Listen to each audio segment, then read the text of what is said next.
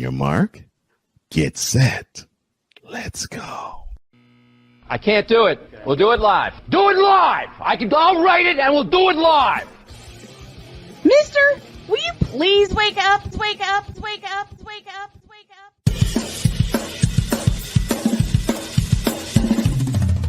Good morning. Kevin Durant, you should have left California. This bronsexual upset me in having to bring this teenage idiot from Wisconsin into a sports conversation. Are you really surprised that the Cowboys are giving up on Ezekiel Elliott? Whoa. Hell no! Well, no one cares about baseball. Bitch, are you for real?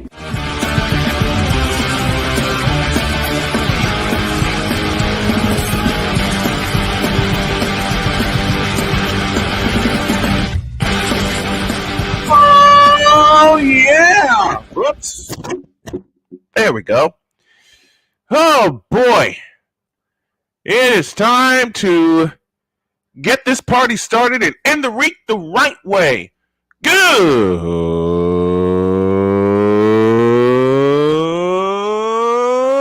morning. Welcome to the fabulous, fantastic football Friday edition of Snowman in the Morning with Cole Johnson. Cole Johnson will be along in just a bit. Thank you for watching on the BS3 network as well as CSTV. And thank you for listening on WIRUDB in my hometown of Chicago. And also WLEO 26.7 in Baltimore, Maryland. You want to be a carrier of this show? Drop an email to snowmaninthemorning@gmail.com. That is snowmaninthemorning@gmail.com. And I got a mess here on my desk, and it's my own fault. It's my own fault that this happened because I left something out that I shouldn't have left out, and I think I got it all cleaned up now. Good. I will really, really, really clean this up when I sign off the air today. Oh, boy. Apologies for that delay, but let's get down to business. This is the Whip Around presented by Fanatics.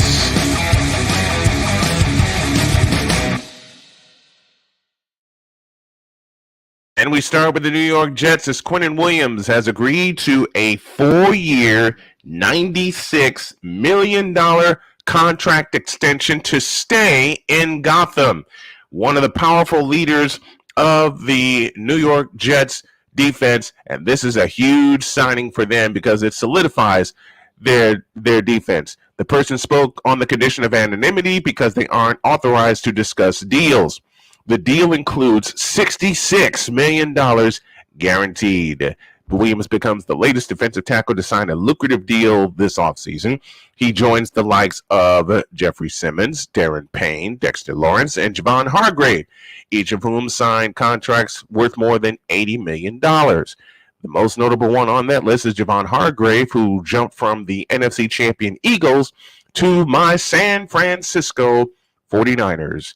The deal makes Williams the second highest paid defensive tackle in football behind Los Angeles Rams defensive tackle Aaron Donald. This is going to be fun to see what the Jets come up with this year. Their defense is solid. It's the offense you got to worry about. AW Network secures rights to 50 ACC football and basketball games, and here's how you can watch. The conference and network announced their new partnership Thursday, which will mark the first time the network will air college sports. The deal came through Raycom Sports as the company sold its rights to the CW, but will continue to produce all games on the network. Jim Phillips, the ACC commissioner, said, quote, "We are thrilled to be adding the CW to our weekly television lineup for ACC football and basketball games. The CW's national distribution will directly benefit our student athletes, teams, alumni, and fans. We appreciate ESPN and Raycom for working together and looking forward to the partnership with the CW." I'll have Jay Spivey on Monday to discuss this deal and how it will affect the students and the student athletes, I beg your pardon, as well as the students and the fans of the ACC, of which I am one. It's a perfect 10 for Philip Rivers as Philip and his wife Tiffany are expecting their 10th child. The couple confirmed to AL.com on Thursday. Rivers, who served as the head football coach of St. Michael Catholic in Fairhope, Alabama, following 17 seasons in the NFL, said they are fired up because it's a baby boy. Rivers and Tiffany, junior high sweethearts, who tied the knot in 2001, share 7 daughters. Here we go with the list. Haley, Caroline, Grace, Sarah, Rebecca, Claire, and Anna, and 2 sons, Gunnar and Peter, ranging from ages 21 to 4. Rivers told AL.com, quote, We've had one pretty much every 2 years, and now this is the longest gap. Well, congratulations, proud papa, 10 times over. I'm happy for you, and I speak for the rest of my crew when I say we're happy for you. And I got to mess again. I got to figure this stuff out. I'm doggone it. Well, I'll be figuring this out as we go along today. More of the whip around.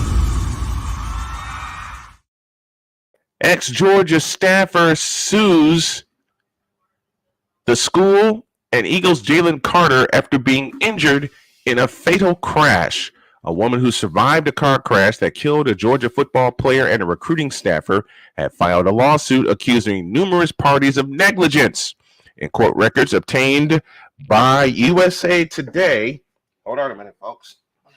Okay. In court records obtained by USA Today, Victoria Bowles, who is a former recruiting analyst for the school, filed the lawsuit in Gwinnett County, Georgia, on Tuesday. Among the defendants in the case are UGA Athletic Association, the Philadelphia Eagles rookie defenseman Jalen Carter, the estate of Chandler LaCroix, who was killed in the accident, along with offensive lineman Devin Willock, and 5 unidentified individuals labeled as John Doe.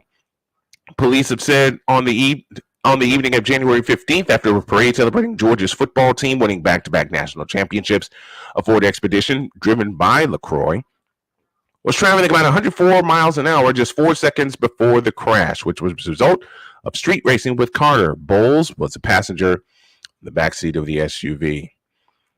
Let this play out in court. That's all I have to say. Just let it play out in court. Reckless driving all over the place.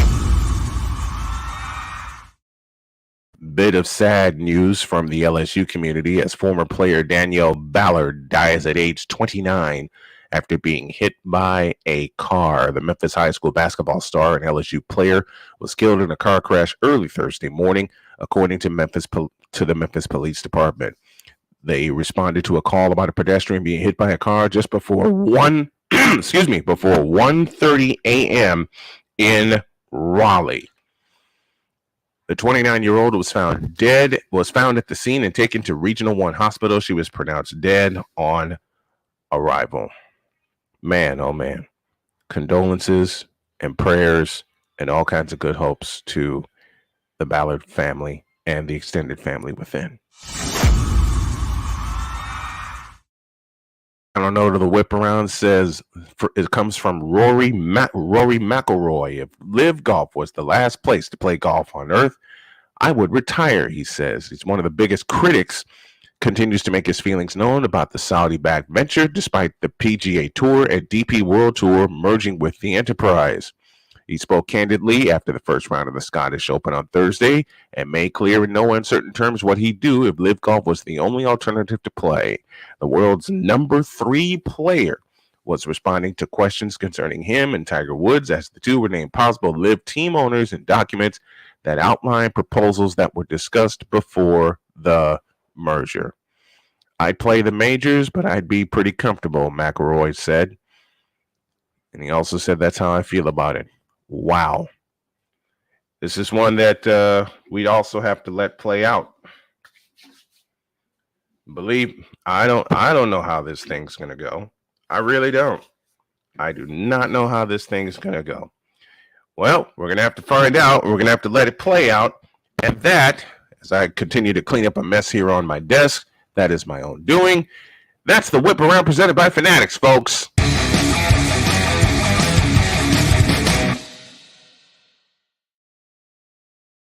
A pause for a break, and when y'all get back, hopefully, I'll have this mess straightened out. I'll have myself straightened out, and Jon Gruden tends to straighten out the NFL. Good Lord. Back in the deuce. This is Snowman in the Morning.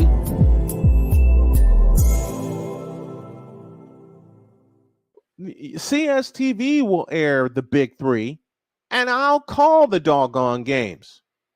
Ice Cube, bring your show out west, and we'll handle it. I am making a public plea right now. You want some fair coverage? CSTV will air your games, all of them, and I'll call as many as I can. We'll do a simulcast, television and radio. It's an area I know best. Television and radio. And yeah, I'm putting it all the way out there. So you know what, Ice Cube? I'll make this plea right now. Me, a small-time YouTuber, a small-time broadcaster, according to a lot of people, which I don't listen to, put your games on CSTV. Put your games on CSTV. Give us a little funding, and we'll do the rest. Where sports is the base, life and fun are the results. This is The Brian Snow Show. Your afternoons just got better with the Brian Snow Show. Weekdays, 4 p.m. Eastern. Come on aboard and enjoy the ride, folks.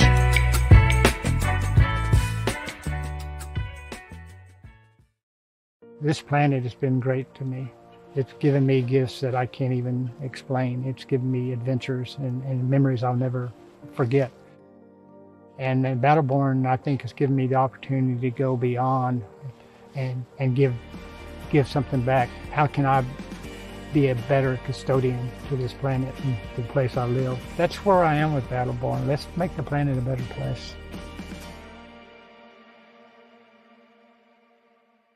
Now, I'm known as the guy who can fix just about anything, but the technology in most appliances requires very special training to fix. And that's why my family has Choice Home Warranty. Choice Home Warranty covers over 25 major home systems and appliances. That's your AC, heating, plumbing, kitchen and laundry appliances, and so much more. Call Choice Home Warranty now before something breaks down. Get protection for your heating, AC, plumbing, kitchen and laundry appliances, and more. Call 800-973-6121. 'Cause we take this job so serious. What in the all types of blue hell? This is Snowman in the Morning with Cole Johnson.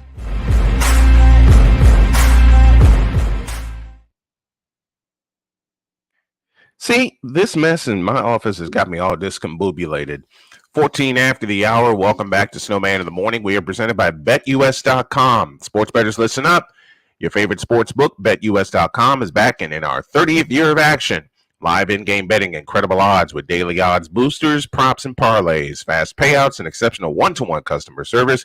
We got it all. And when you sign up and use the code Snowman, you will get a 125% deposit match on that deposit.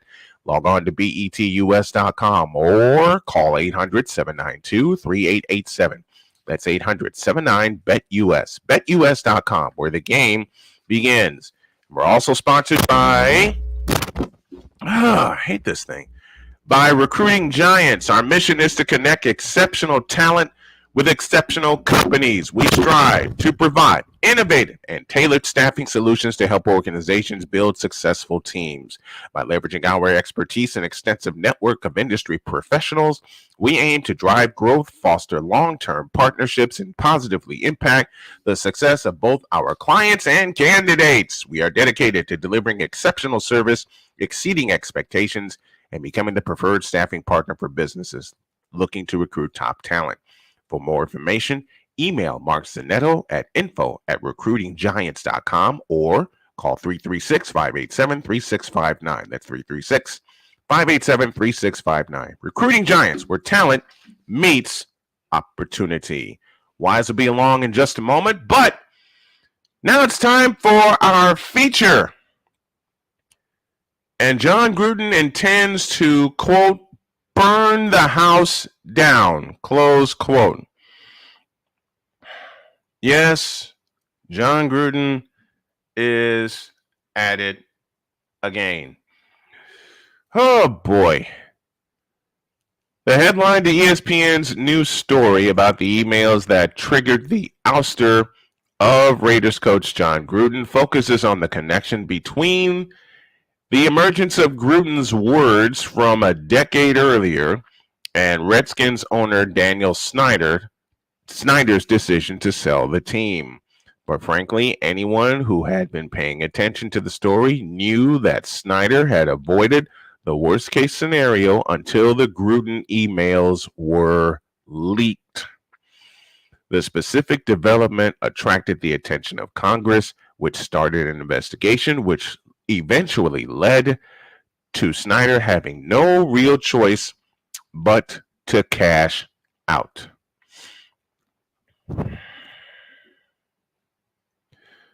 Okay.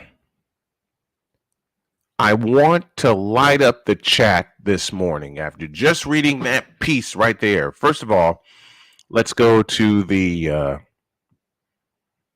Fanatics feedback zone. Roblox disconnected. Good morning to you. And Ryan McCoffey is with us. It just got Big Q signed. Now we can focus on the season and the offense as well. If Gruden weren't a bigot, this would never have happened. He has no one to blame but himself. Agreed. Agreed. Victor says, can Gerald go next? Please. Victor, you read my mind. Listen, Jon Gruden, you messed up and you got yourself to blame.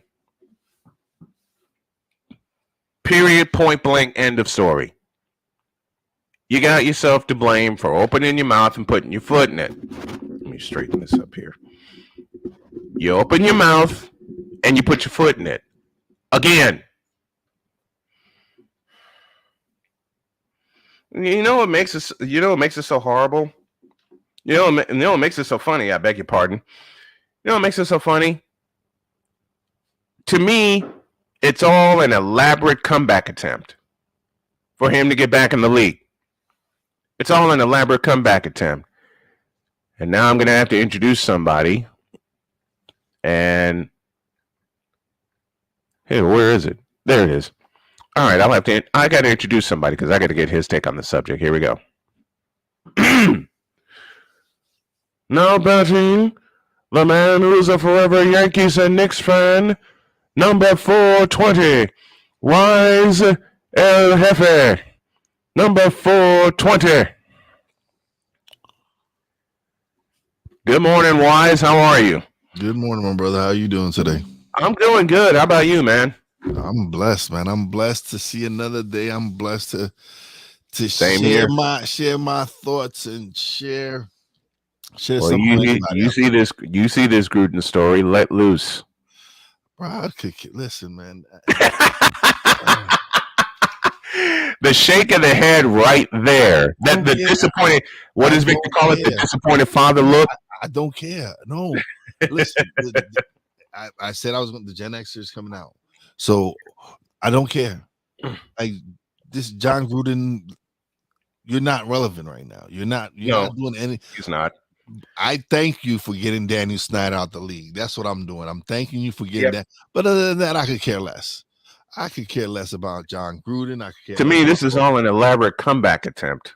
Listen, that's all this is. He is never getting another job. He's a snitch. He's done. He's a snitch. So no one's like, I don't know, no executive's gonna be like, nah, this dude might be recording me. He might right. So no, he's never getting another job in the NFL. He is trying though. He lived off of Tony Dungy's built what Tony Dungy built in Tampa. So I don't know. He didn't. He got a Super Bowl title of what off of what Tony Dungy built. He didn't build anything in Tampa. Let's get that. No, he didn't. He did not because if you look at that team for him, that foundation was laid for him. Because if you look at that team after they won that Super Bowl, they crumbled. They absolutely crumble. And so everybody wants to say, "Oh, Jon Gruden." Listen, Jon Gruden came in, took the horses that Tony Dungy assembled. Yep. And took them to a Super Bowl. Took them to the Super Bowl where they beat his old team, the Raiders. Yeah. So he got his pound of flesh. He got his Super Bowl title off the back of Tony Dungy. And that's that. He should just retire. Like, well, you know he can't. He's not relevant. And he was a broadcaster for 10 years. He should have stood broadcasting. Should have stayed there. He should have stood broadcasting. He would have avoided all this. But we wouldn't have gotten that. We wouldn't have gotten Daniel Snyder out of office. So true. That's the positive in all of this. That Daniel Snyder is now gone. I'm looking at the positive side of all of this. Yeah, Daniel Snyder is gone. Daniel Snyder, he is out the league. He is out the league. He's gone bye-bye. Washington can get back to the glory days and get back to respectability. Exactly. And be in what Washington used to be. And be what the NFC East was the beast. And be what the Washington Redskins used to be, a power running offense run by people that actually know what the hell they're doing. Oh, by the way, using my wife's Save On Branson Cup from when we took our trip to Missouri, and I have this in salute to you and salute to all that's here. That's here this morning. Salute. Now, speaking of the NFC Beast, with all this going down, with Jon Gruden no longer being relevant, can the Redskins make a comeback this year? It's how, listen, their question is the same as can Sam Howell take I'm just listening to Cole's voice in my head right now with that Southern twang. I don't listen. Sam Howell, if he come and he can produce, more power to him. That's everybody wants to talk. Oh, he was not a first round. Look at all these first rounders that have failed. So badly. You don't really have to draft a quarterback in the first round. You might get a gem later on in the draft. You never know. Or you could draft Mr. Irrelevant and have him become very relevant. You know, it's the luck of the draw with quarterbacks. It's up to the player, man. It is. That player has the dog in him that he wants to succeed, and he wants. There's dudes that come in and they were like, "Oh, I was the number one pick. I'm Zach Wilson." Right, Ryan Leaf. There's the last two Jets quarterbacks, Sam Darnold, Zach Wilson. They were both first rounders and flopped. Mm-hmm. Do you think Darnold gets a chance to redeem himself in Frisco? While Brock Purdy is on the mend? Because from what I'm hearing, he finally has weapons. Mm-hmm. So what happens if Sam Darnold turns back the clock and turns into the Sam Darnold that we saw at USC? Then Trey Lance is gone. Trey Lance is gone. Yeah, what do you start Brock Purdy when he comes back, or do you keep say when Brock Purdy comes back, you're 7-0 with Sam Darnold? Stay with a hot hand. You stay with Sam Darnold. Stay with a hot hand. You have Brock Purdy in the wings, even though Brock Purdy's your fan. Going forward, Brock Purdy's the franchise quarterback in Frisco, but this is not a regular season. Especially given the way the NFC Championship ended, where Frisco didn't have a quarterback to lean on. Sam Darnold's never been with an offensive mind like Kyle Shanahan either. No, not even at USC. Not even at USC. Not with the Jets. Definitely not with the Panthers. So I would like to say what what Kyle Shanahan does with him. Can he resurrect Sam Darnold's career? Because you're absolutely right. That's why McCarthy is to say it's what Daniel Jones was going through with the Giants. You had coaches that were not developing talent, right. And that's what. And when you finally get when you have the pressure to perform in New York, like Darnold did, and I'm sorry about there we go. When you have the pressure to perform in New York like Darnold did, which led to seeing ghosts and an unceremonious exit from New York, and then to have his season or half the season go the way that it did in Carolina, you're labeled a flop. But now Kyle Shanahan has a chance to revive him the same way Bill Walsh years earlier revived Steve Young. And you're right. It's the same thing Daniel Jones went through. Now, I will put some respect on your quarterback's name for this reason, this main reason. I had a chance to see him at Duke University in person play against Northern Illinois in the Quick Lane Bowl in Detroit. And he put on a show there. So the talent is there for Daniel Jones. There. Mm-hmm. He has all. Listen, he checks off all the boxes. He does. As far as the throws, as far as everything. He's athletic.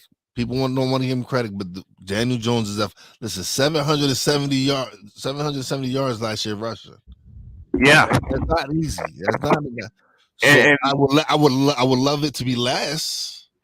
Of course, love it for it to be less. But now with weapons like with Darren Waller, you add in Jalen Highland in the third quarter. You're adding weapons to a growing offense. Listen, Paris Johnson from the Colts. Yes, they've added weapons around him. Paris Johnson or Paris Campbell? I'm sorry, Paris Campbell. Paris Campbell. Okay. Paris Campbell. It's all right. It's early in the morning. We're both just getting started. I get it. But it's still they've actually started putting weapons around him. Mm-hmm. And now with a head coach now that believes in him and sees the ability that he has, because Daniel Jones has all the ability in the world. Yeah, he does. We know he's a smart guy because he went to Duke University. Mm-hmm. And that's a hard school to get in. That's a hard school to. Now, can he, in year 2 of the system, can they expand it now? Can now? I feel. And I like what what Brian Daboll is doing with your Giants. I like what he's doing. Now they have some more weapons, like you said, to work with. They have some more weapons. They have a number one in Waller. They have a number one in Waller when he's healthy. Hands down, one of the top 3 offensive tight ends in football when healthy. Okay, who's their big receiver? Is it Sterling Shepard? No, Sterling Shepard is or is he gone? No, he's back. He's back, but Sterling is so who's the Giants 1A wide receiver right now? You would say it's Darius Slayton. Darius Slayton. Okay. But I would, or if you want to count as far as tight end, I would say Darren Waller. One would be Darren Waller. Darren Waller. Mm-hmm. That would always be option 1. Because I can see the Giants using Waller the same way the 49ers use Kittle. Yeah. But now I think more, and I say that in the context of him being more than a blocking tight end, because Waller's a hell of an athlete. Oh, he's an athlete. He is a beast. He's a dog. I mean, I love Darren Waller. You have Campbell, who's a speaker, who has that great speed. And Campbell had a chance to watch him here in Indy. Campbell's a speed demon. I love Paris Campbell. And Jalen Highland, who blew everybody away, right? In the Alabama game when they played Alabama and he torched them for 5 touchdowns, whatever it was. Yeah. If he can show that he's more than just a deep threat, if he can show that he can run routes, right? Who says he can't be the number 1 receiver? True. He was as rated as some of the top rated receivers that went in the first round. Because I'm looking for the Giants to have a 1-2 punch in the receiver, and this is minus Waller. Okay, I'm looking for the just receivers for the Giants to have a 1-2 punch comparable to Debo and Ayuk, and shucks, I can't remember. AJ Brown, and Smith. Yes, I'm looking for the Giants to have that kind of tandem. Well, you can't we can't. I would love to say to guys that this hopefully somebody, because Slayton, the thing with Slayton is his hands. Devontae Smith is his first name. Yeah, I couldn't Devontae remember. Smith. I couldn't remember his first name for the life of me. Darius Slayton, he's just his hand, when he catches it, he's explosive with the ball. Yes. But this is if he catches it. Like he's had balls hit him right in the hands, and he drops them.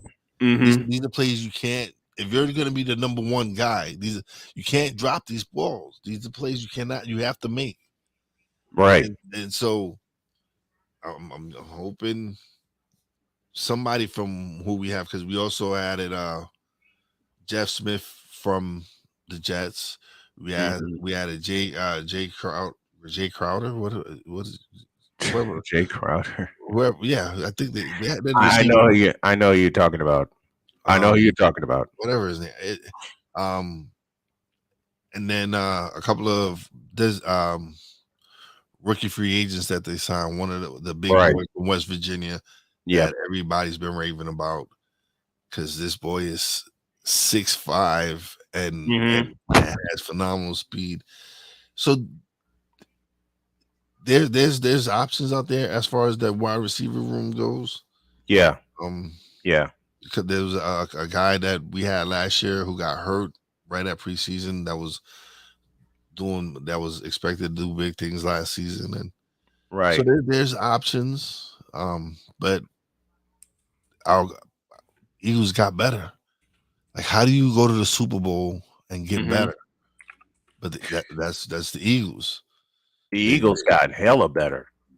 Even though they lost Javon Hargrave, they get Jalen Daniels. They get Carter, don't they? Carter for Jalen Carter. Beg your pardon. Thank you, Jalen Carter. They get Jalen Carter. They basically took the second half of the Georgia team that beat Alabama in the national championship. Forget the half that beat that boat race TCU. That half is still there, save Stetson Bennett. They get the first half of the team that beat Alabama by 15 points, and they got them all on the Eagles. Listen, like I said, you go to the Super Bowl and you just get better. The next year, you just come back better than you were the year before. Yep. Yes, you lose Miles Sanders, but you added. You get DeAndre Swift. Yes, you go out and that's your horse.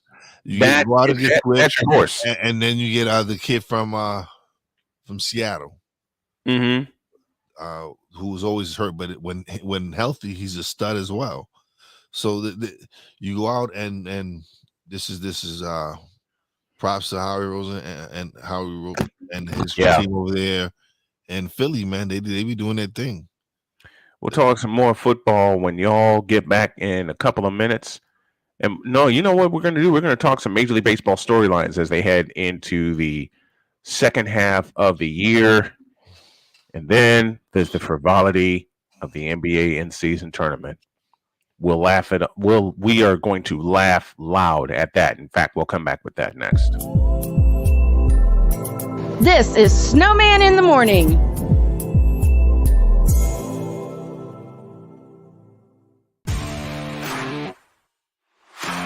PK Tire Pros, your one-stop on-the-spot auto service headquarters for a complete line of quality tires and auto services. For years, we have provided the Stockton, California area with the latest products and unprecedented services for everything we sell. And for years, our customers have been coming back.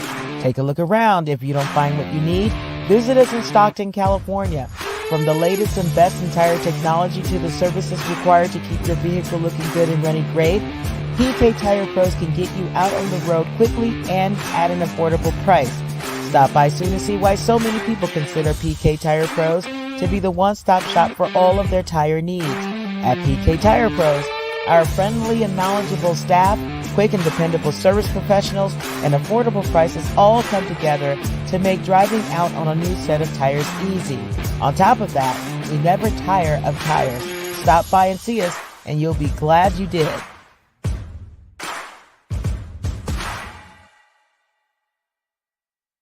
Race car drivers change lanes very fast, but with no outside mirrors. How come they don't crash? Introducing Angel View, the new wide-angle mirror that reduces blind spots. Angel View simply snaps over your car's rear view mirror, giving you a 160-degree view behind you. Just look at the difference.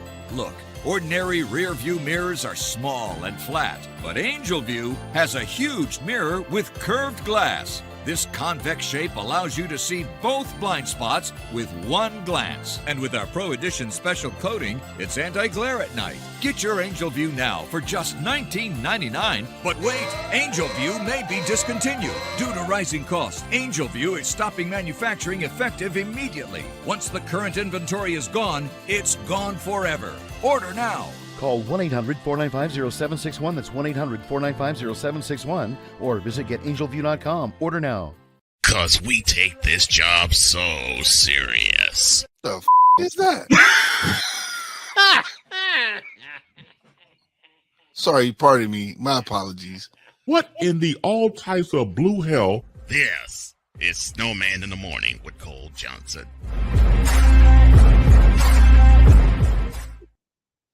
37 after the hour, joined by Wise El Jefe. Cole Johnson will be along in just a moment, and I can't believe I'm going to read this. There's going to be an NBA in-season tournament beginning this coming season. The inaugural in-season tournament will tip off Friday, November 3rd, and culminate with the championship on Saturday, December 9th. The semifinals and championship will take place at T-Mobile Arena in Las Vegas. I saw Cole Johnson's episode on replay, and I was driving to get dinner for me and Jody last night. And Victor, I have to give you props for saying this the same way I say a certain receiver's name. You have 30 teams now competing for the NBA Cup. Damn the Larry O'Brien trophy. This is the thing. My only question is why? Why are they doing this? Are you seriously asking why? I know the chief reason, but okay then. So then it don't surprise me, man. No, this doesn't surprise me. It's about any money that they can make off of squeeze. They're gonna do that. It doesn't care what. It doesn't care what you think, what I think. It don't matter. So I'm not gonna waste my breath talking. I don't care about this tournament. I don't care. Like personally, it don't matter to me. It's just a regular season game to me. So you need to read this. Not that one. This one. Read this one, please. Please read this one. This dumb idea is brought to you by Adam Silver's think tank. Got low ratings? Try to boost your league's profile. Take ideas from Adam Silver's think tank, and we'll make them dumber.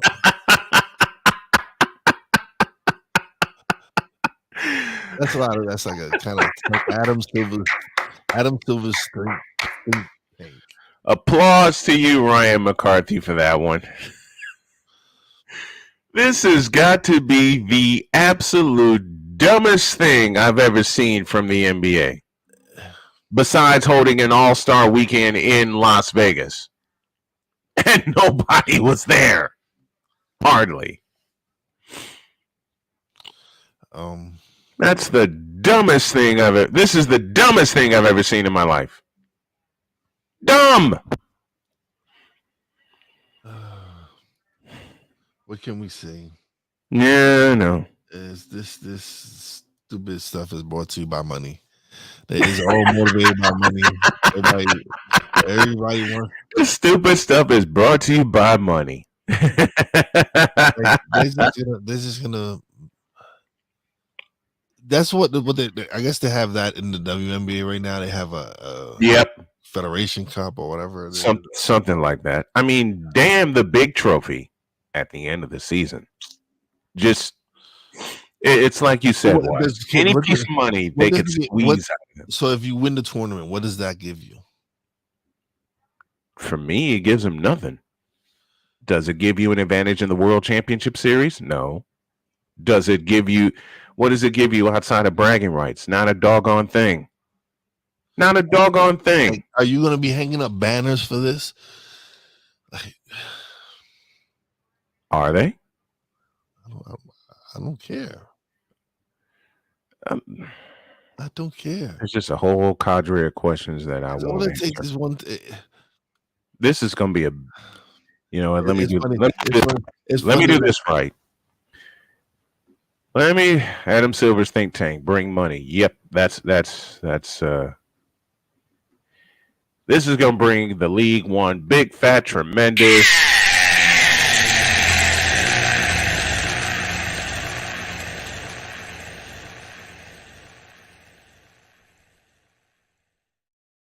I think so. This is going to bring them a big fat L. Hey, Adam Silver. You fool! In-season tournament. In-season tournament. Really? That's all I can say. They're going to be all 30 teams? Yep. So how does the seeding go? Okay.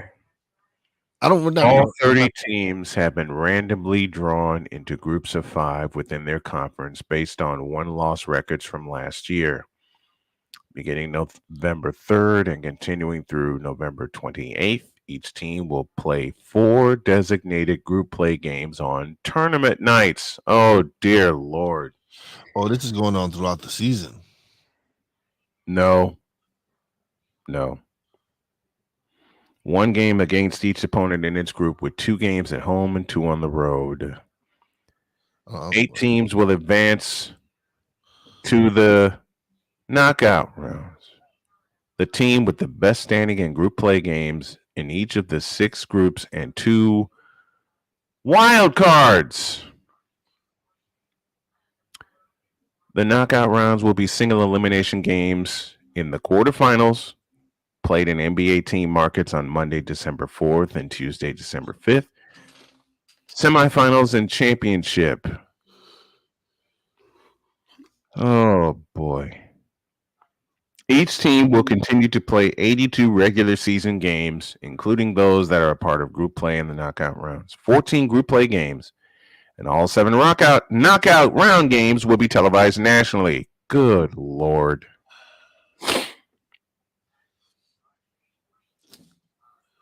Good Lord. Are you serious? Are you absolutely serious? Yeah. Adam Silver. Here you go. Adam Silver's think tank. Bring money. Mm-hmm. And Victor, I agree. There are no bragging rights for this. None. There are no bragging rights to this, and there shouldn't be. There absolutely shouldn't be. Where's this one?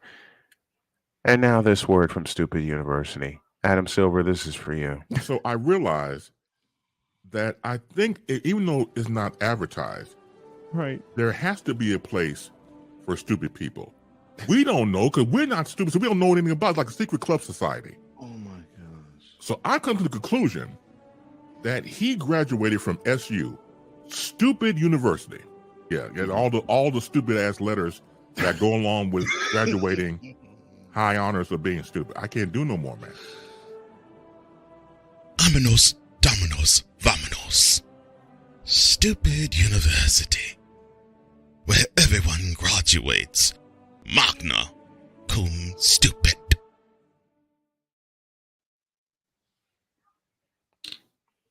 I agree with your question. The bleep is that?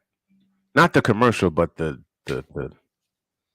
No, it's stupid. It's ridiculous. I could care less. I won't be watching. I don't really watch. This is just one big fat participation trophy tournament, is what it is. That's what it is. Yeah, that's it's one big fat participation trophy. This is what it's come down to. They just need to make themselves feel. I don't care. I don't care. I'm not gonna watch it. I'm certainly not. I am not watching this because they're getting everything together for this. And this has been talked about for 2 years. 2 years. And you come up with this instead of just scrapping the whole damn thing? Just this is stupid. This is stupid. This is gonna be like a 1-year experiment, or like I hope so. I hope it only lasts 1 year. Because if they do this multiple years, I'm done. I'm done. So I'm done. Look, I'm done either way it goes, honestly, because the style and the quality of play has gone downstairs. It's too much, man. The style and the quality of play in the NBA has gone downstairs, and the biggest reason is they do not teach fundamentals anymore. And that's only the tip of the iceberg.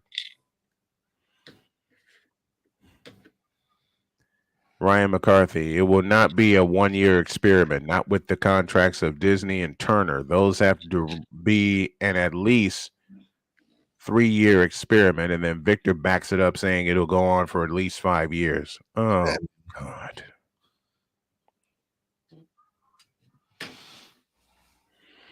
Oh, God.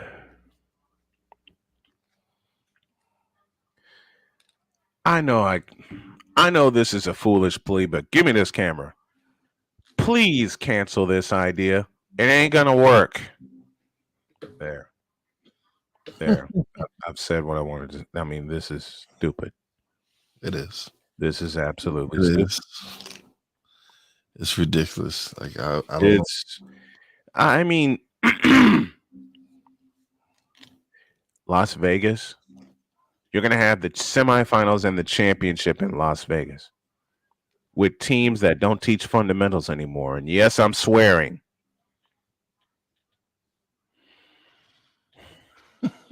Yes, I'm swearing. I can't help it. There are no fundamentals in the NBA anymore. Doggone it. So what are you trying to say? This is just another thing to try to showcase your favorite athlete? Yes. Oh, okay. It's been that way for a while, and I'm sick of it. It has been that way for a while, and I am quite sick of it. It's stupid, it's dumb, and it needs to go.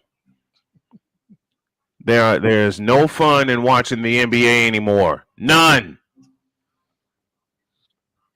Because there's no team play. There's hardly any pick and rolls anymore. Run the right way.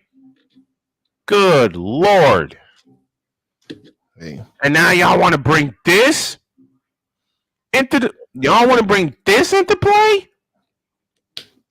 Yeah, they feel what like the hell is wrong with you? They feel like it's gonna help the product. I don't know what they're thinking. To me, what in the Vita blue hell is wrong with these people? I mean, no one thought to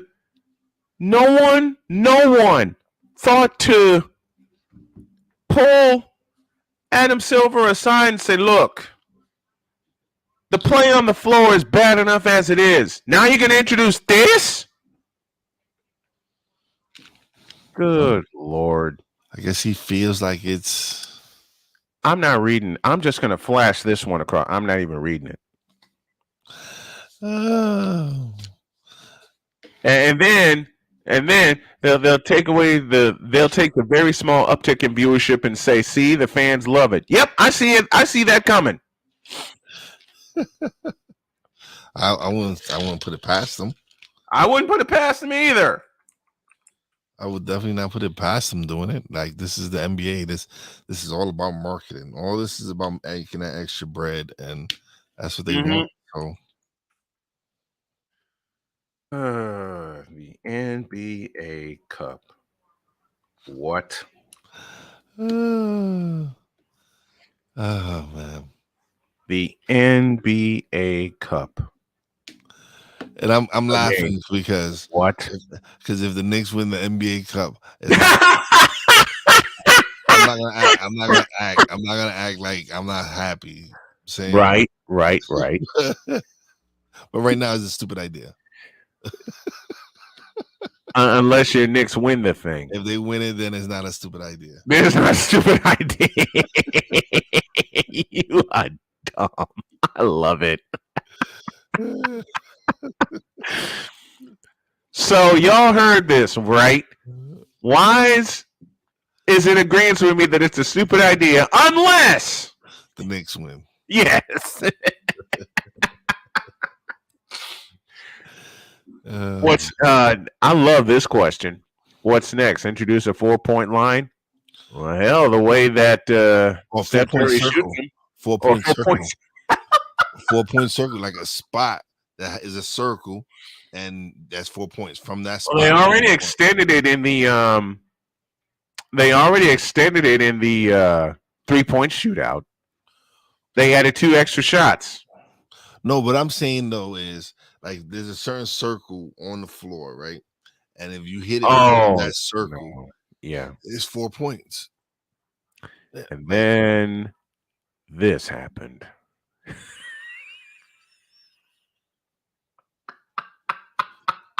See, you haven't heard my response to that. Everyone remembers my response to that. I remember well. I'm not gonna repeat it. But don't. I'll borrow from you. It's Friday. Yeah. I'll borrow from you. It's Friday.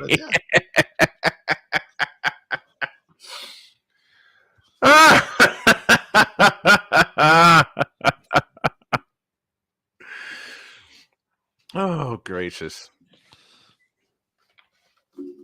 All I will say is put a 1 in the chat if you think this NBA Cup is actually freaking stupid. It's really, I should say, really freaking stupid. Oh, Lordy.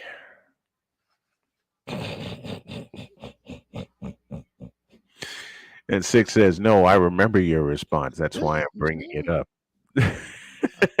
I've made no bones about it. I've not lied. You haven't. I was honest about it. I said, yeah, you were. I still have that. I still have that. Pom cheering. Yeah, I did. I really did. And I love this one.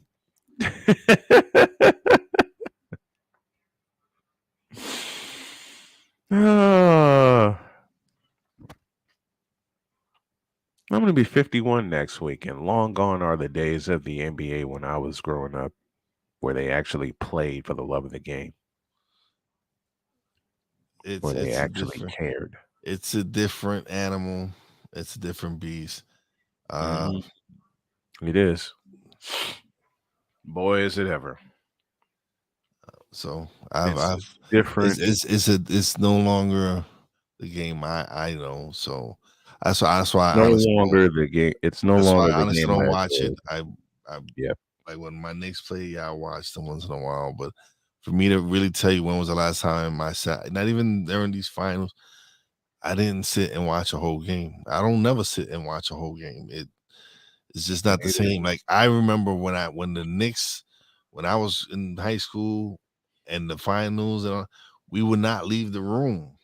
Right. Like it was different. So it's very different. It was I mean, when the Bulls made their first appearance in the finals, my mom and dad raced home from their outing and we screamed our heads off the entire time. We didn't leave the room. It's like you said, we didn't leave the room. We did not go anywhere. Yeah, no, it is. It's different. I don't knock it. You know what? Because it's the players are different. They're no longer the players. Like there's very few players that I think of right now that I think could play in the 90s or in the 80s. Like Jimmy Butler could play in any era. He can. Jimmy Butler could play in any era. Yeah, there's certain players that could Steph play in the 80s and 90s. I don't know. It might have been a little bit too physical for him. Not only that, but not only that. And you're true. You're absolutely true with that. But I think he would have certainly revolutionized it. It would have taken us a longer time to revolutionize it. It would have taken a longer time.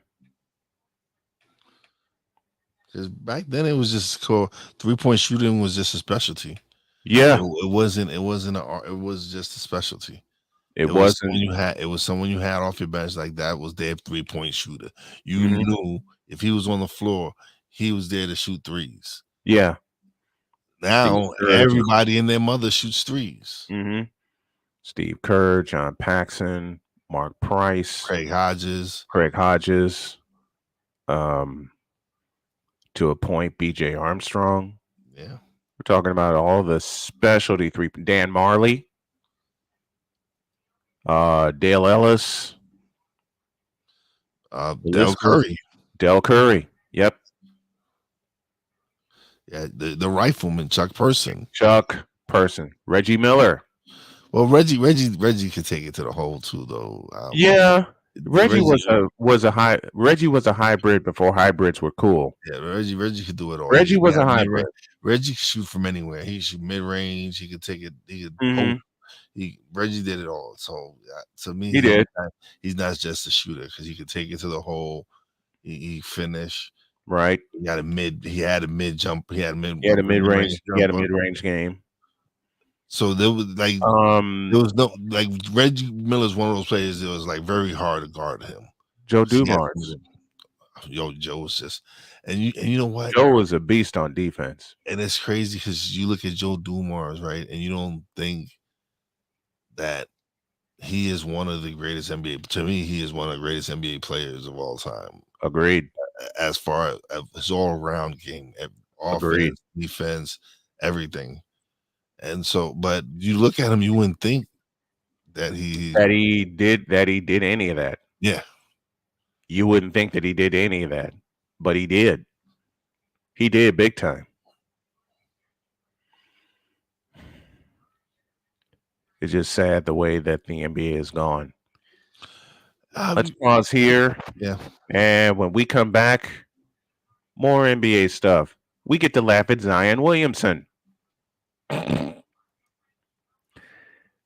I'll explain why when y'all get back. Hour 2's on the way after this.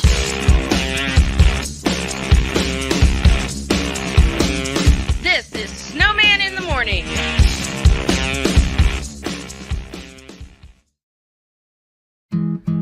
Where did the time go?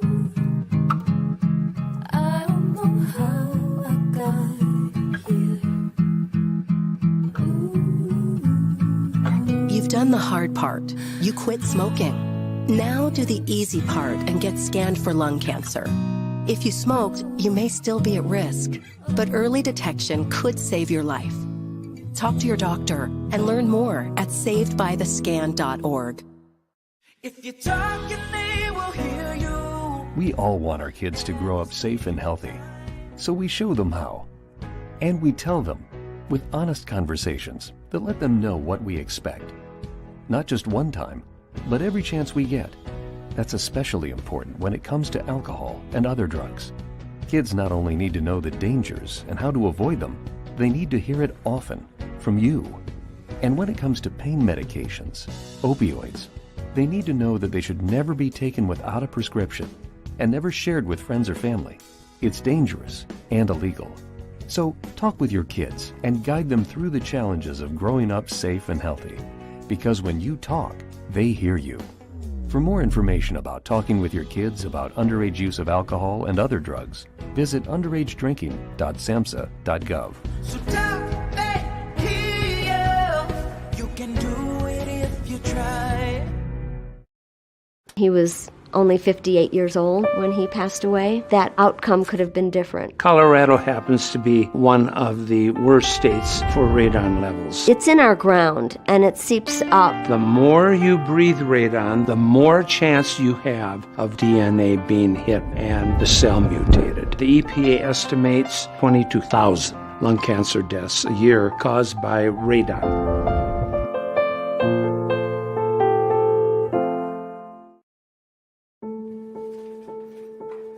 We all make choices. When it comes to alcohol, kids make choices whether to drink or not. Bye, Dad. Bye-bye. Remember, I'm going to Alex's party tonight and sleeping over. Have fun. Hey, have a seat for a second.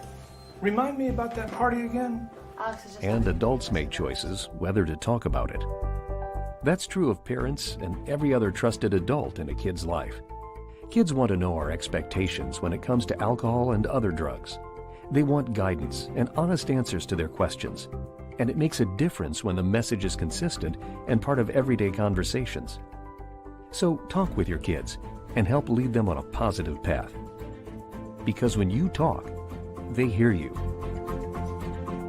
For more information about talking with your kids about underage use of alcohol and other drugs, visit underagedrinking.samhsa.gov. Time for hour 2 of this spectacular. Ryan McCoffey now joins us this morning. That's what you need to do to beat Josh Allen. You need to make him uncomfortable. Hour 2, time for some Spivey notes. And here's Jay. Well, I know he's only in his 3rd year, but they're just wasting Justin Herbert. Hour 2, the hardest working content creator I know, the playmaker. Hey, LeBron James, the greatest scorer of all time. Hey. Hour 2, the one, the only Christopher Dietz. They rewarded Ohio State for not playing, and they punished USC for playing. Hour 2, Sam Shady. Oh, man. It's been a roller coaster ride if you were a Philadelphia Stars fan. Hour 2, that's Big Ben, the man in charge of the BS3 network. And if I see Kurt 2 Chainz Cousins out. Hour 2, Chris Bay's joining us. Oh my God! Oh, this game! Oh, way to go, Sammy! Hour 2 was El Jefe. Oh man, I thought I missed it. What in the all types of blue hell? Time for hour 2 of this spectacular, and it starts right now. Hour 2 indeed starts right now. 4 minutes after the hour. Sitting in with Wise El Jefe, Snowman here, and thank you to those of you listening on WIRUDB in Chicago, WLEO 26.7 in Baltimore, Maryland, and our flagship station, Snowman Multimedia Sports and the Snowman Multimedia Sports Network. Looking for the best way to experience live events? SeatGeek has you covered. With just a few taps on your phone, you can find the best seats for concerts, sports, theater, and more. Don't miss out on unforgettable moments. Download the SeatGeek app today and get ready for an experience like no other.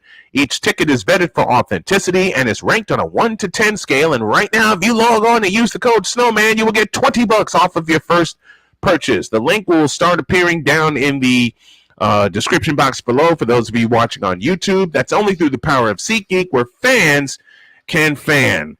Wise and Snowman here with you, and now that we got that piece of frivolity out of the way, we got this piece of frivolity where Zion Williamson says maintaining a diet is hard in the process of fixing wrongs.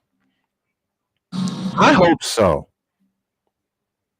I hope so. You don't think so either? Listen, I'm so with someone who struggles with their weight, but he's getting the difference is he is an athlete. He is an athlete. He's 20-something years old. Mm-hmm. If you really truly want to be the best, because when there's no doubt when you're on the floor, you're one of the best players in the game. But you're not dedicated until you really decide to maintain yourself through. Like Julius Randle, I look at him, and Julius Randle when he first came didn't work He out. had the same problems, didn't he? Yeah, yes, and now he's completely changed how he eats. He's changed his body, you can see the transformation, and what has made him an all NBA player. And it's like you said, you got to have the will to do it, and you got to really focus in on doing it, because I struggled for years with my weight. I struggled, and I'm not an athlete. I struggled for years with my weight, to the point where I had people just pointing and laughing at me when I had problems getting up and down the stairs and everything. But it's like you said, you're an athlete, Zion Williamson. This should have been nipped in the bud when you were in high school, because I had folks that were so high on him showing me his high school tapes, and all I could think of was, this guy's so far out of shape, he won't be able to handle college basketball, let alone NBA basketball. Because if y'all have seen him play, there have been so many times he couldn't get up and down the floor. And I mean getting back on defense, because the potential is there, but unfortunately he's lived on his potential to secure a max contract. And that's all that's happened. That's all that he's had to lean on is his potential. Is he saying all the right things? Absolutely. But we haven't seen the proof yet in 4 years. Yeah. We haven't seen. Oh, Cole is stupid. That's true. That's true, Cole. It's true. It's true. He needs to leave the porn stars alone. He needs to really focus on him and his game, because he hasn't since he's been in the NBA. I mean, the only play I remember him having an impact occurred in Summer League, and then he was shut down after that game. He was shut down after that game when he ripped the ball away from a defender and powered it home. Why hasn't he done that in the NBA yet? You can't stay his fat. You can't stay his fat butt out of the buffet. Nope. And people get mad at me when I said Zion will never succeed unless one of two things happen. A, he gets out of New Orleans, and B, he changes his position. And with the change in position, he's got to drop the weight. He's got to get in the gym. He's got to lift. And folks still say to me to this day, well, you don't know what he's putting in. You're right. I don't know what work he's putting in. That is true. But I know what I've seen. I know what my eyes have told me. And my eyes have told me that he's a bust.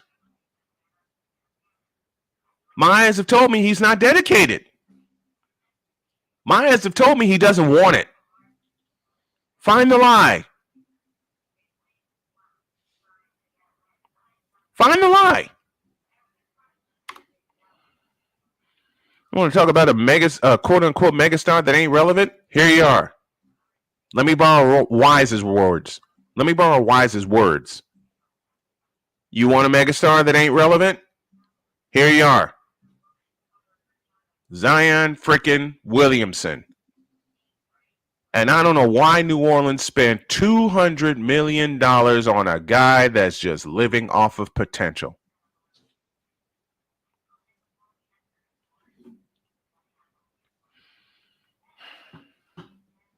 Am I wrong? No, he hasn't. Listen, he hasn't done anything. He hasn't played a full season. Mm-hmm. So you're just going off of the little flashes he's shown when he has been healthy. But other than that, he hasn't. And you just said the key word. Keywords, I beg your pardon. Little flashes. Very, very, very little. Very little. And it just doesn't work. You can't live off of potential. If you're an athlete that got drafted #1 overall and you're in the NBA and you're supposed to be the savior of your team. I love that tattoo of yours, by the way. On your left arm. Oh, that one, yeah. Yeah, that one. I mean, you can't. You just can't live off of potential.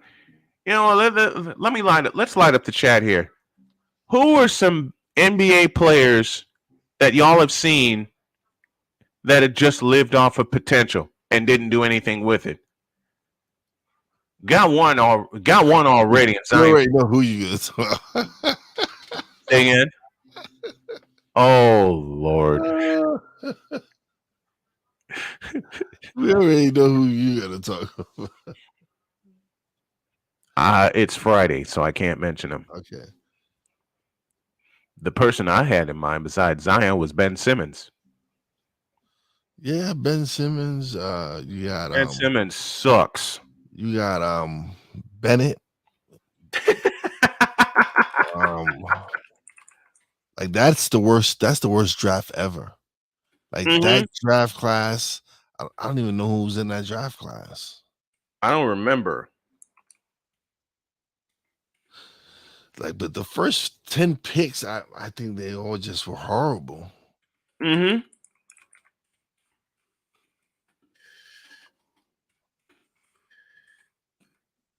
See, this is how bad it is, folks. We can't even remember who those picks were. I don't even remember what year that draft was. I know Ben was drafted in 2016 out of LSU after barely playing a season there. And I say barely because he didn't show me much at LSU.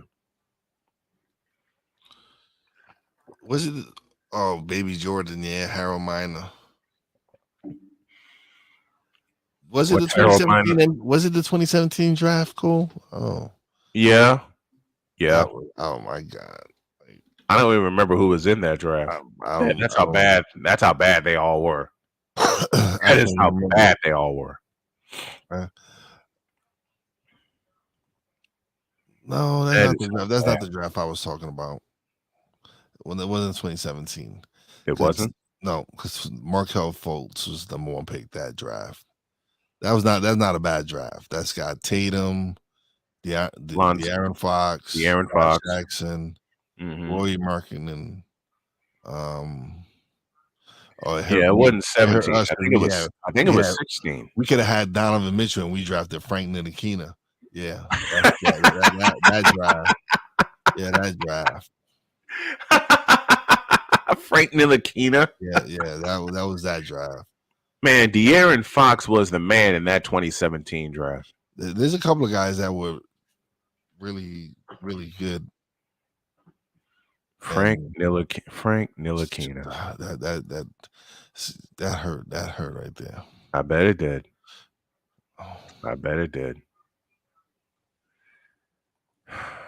Is he still playing in the NBA? Who? Frank Ntilikina? I don't know. I don't care. Good answer. We'll talk some Major League Baseball when y'all get back. All eyes are on Shohei Ohtani, and then at the bottom of the hour, you know who is here. Back in a minute. This is Snowman in the Morning.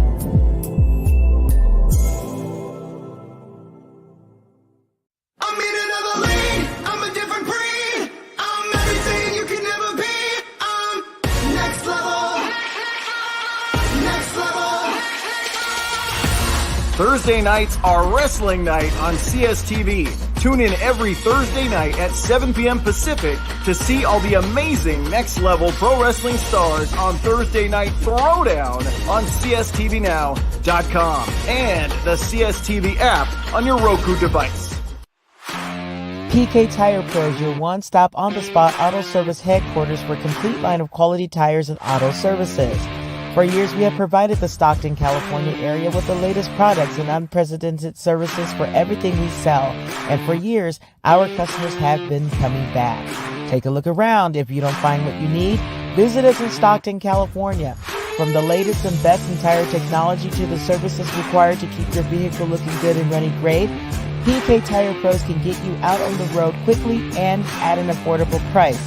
Stop by soon to see why so many people consider PK Tire Pros to be the one-stop shop for all of their tire needs. At PK Tire Pros, our friendly and knowledgeable staff, quick and dependable service professionals, and affordable prices all come together to make driving out on a new set of tires easy. On top of that, we never tire of tires. Stop by and see us, and you'll be glad you did.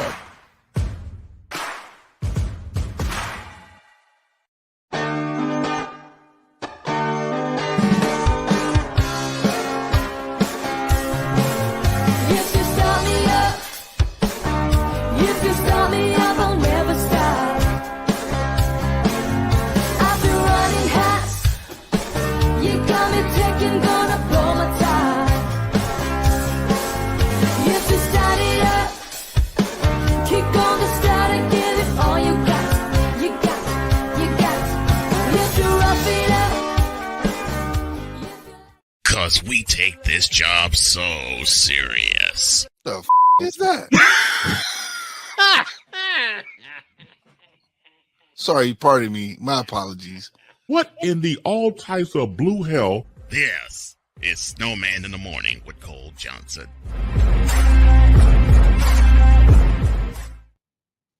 Chris Bay's coming at the bottom of the hour, 17 minutes after the hour, along with YSL Jefe Snowman here. And all eyes are on Shohei Ohtani and the Angels before the trade deadline.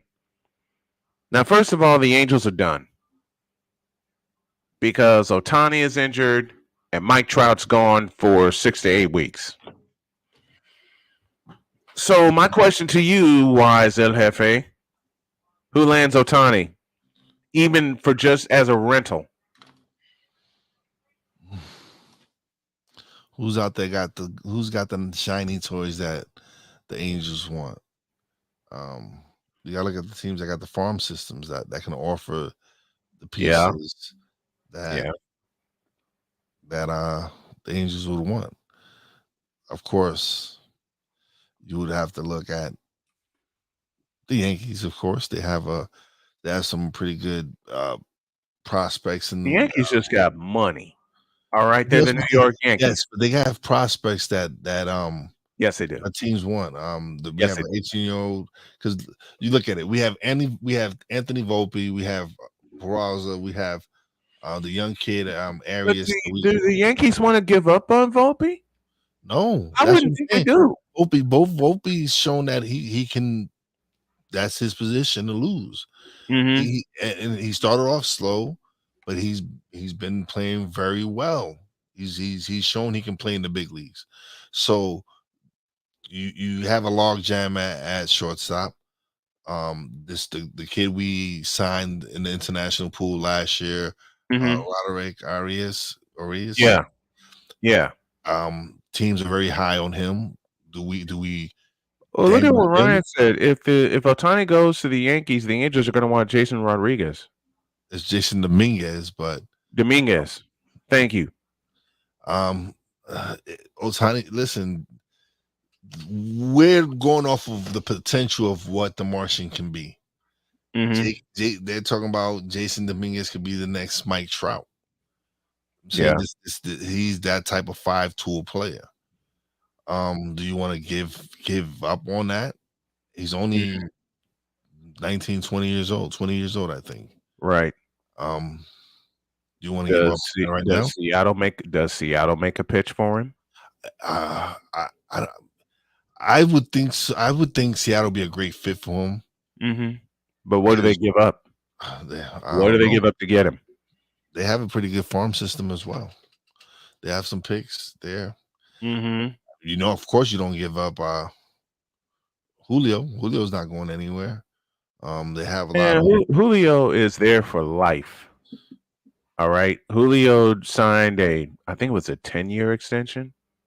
He's locked in. So you're not giving up on Julio Rodriguez.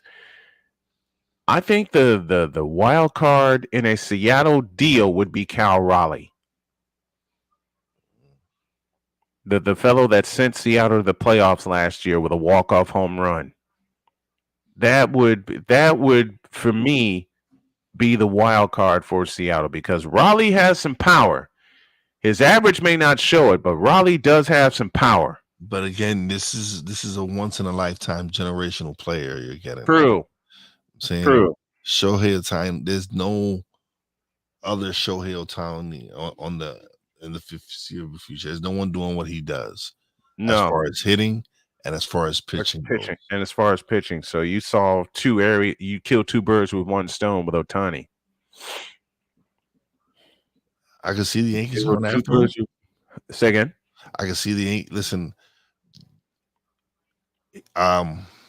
Matsui showed that if you Hideki Matsui, there's a name for you. If you win here in New York, you are the king. Mm-hmm. Saying what was Matsui's nickname? Godzilla? Yeah, Godzilla. Yes. Number 55, Hideki Matsui. Man, Seattle could make a run for him. The Mets are always a possibility. Boston's a possibility. Everybody that has money. You know who could make you know what? I'm going to throw a complete stupid but possible wild card out there that could really bolster a team and make them an even bigger competitor.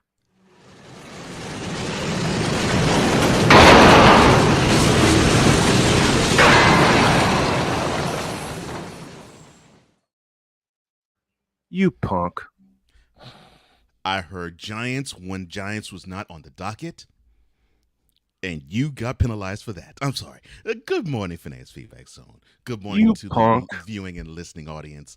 Good morning to you, my brother from Mentality Wise, and good morning to the founder and the founder of Snowman in the Morning and the CEO of Snowman Multimedia. The founder of I know where your mind was going. The founder of Off the Rails. Well, I would say the master of Off the Rails. Hey, look, we talked football, okay? I get penalized for shifting the focus to positive matter and away from stupid ass Jon Gruden. Really? Wait a minute. Wait. I don't have my soundboard up. I get penalized for that? I get penalized for. Wait a minute. Why'd you penalize me? Because I don't know the docket. I don't get the docket. Yeah, I'm about to say I can't penalize. I don't get the docket firsthand, so I don't know what exactly we're supposed to be talking about. I can't penalize. I'll talk about whatever we want to talk about. Right. So yeah, I can't penalize Wise for that. But I know in your mind, but even on mentality, I don't get the docket. Like in mentality, I go and show up. I just show up, and he said we're going to talk about this, and when it comes up, that we just talk about it. So now Off the Rails is a penalty shot. You have the docket in front of you, though. It's different. It's different. You completely went off the rail with the docket in front of you. I go off the rail. I go off the rail just because went with me. Shut up. You can. Right. I'm not. Listen, I don't know the docket. Listen, I followed the docket. Listen, you can't penalize me. I followed the docket. We just went left after we talked Jon Gruden in the restaurant. I know you touched on the topic. I know you touched on it. I know that.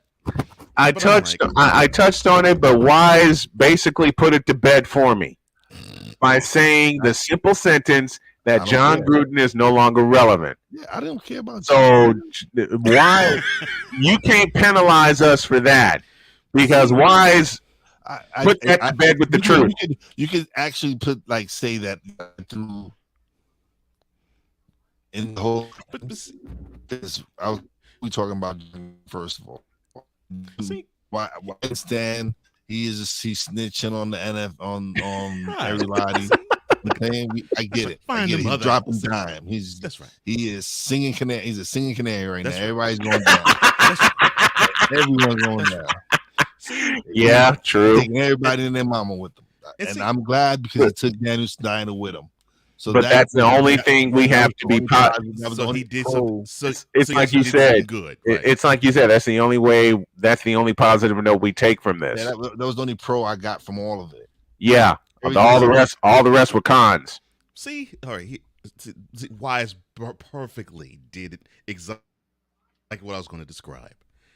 You see, I know there's certain stories that when we do mentality, Wise doesn't want to talk about, like the episode that's going to premiere, I think later on today. Oh no. We actually talked about Tom Brady cozying up to Kim Kardashian, and I knew when I put it in the docket that wives could give two craps about that. Could care less about Tom Brady. Could care less about Kim Kardashian. Could care less if the two of them are bumping uglies together. I know this. You stupid. But I put it in there anyway, and I got the content gold result. Yes. Yes, you did. He got what he wanted from it. Yes. Yes, you did. Yes, because to me, it's like Cole lobbing something up there for exactly. To me, it was a step back. Like, how do you go from it went like this? You went from Giselle. He said a step back, bro. You're going from Giselle. Yep.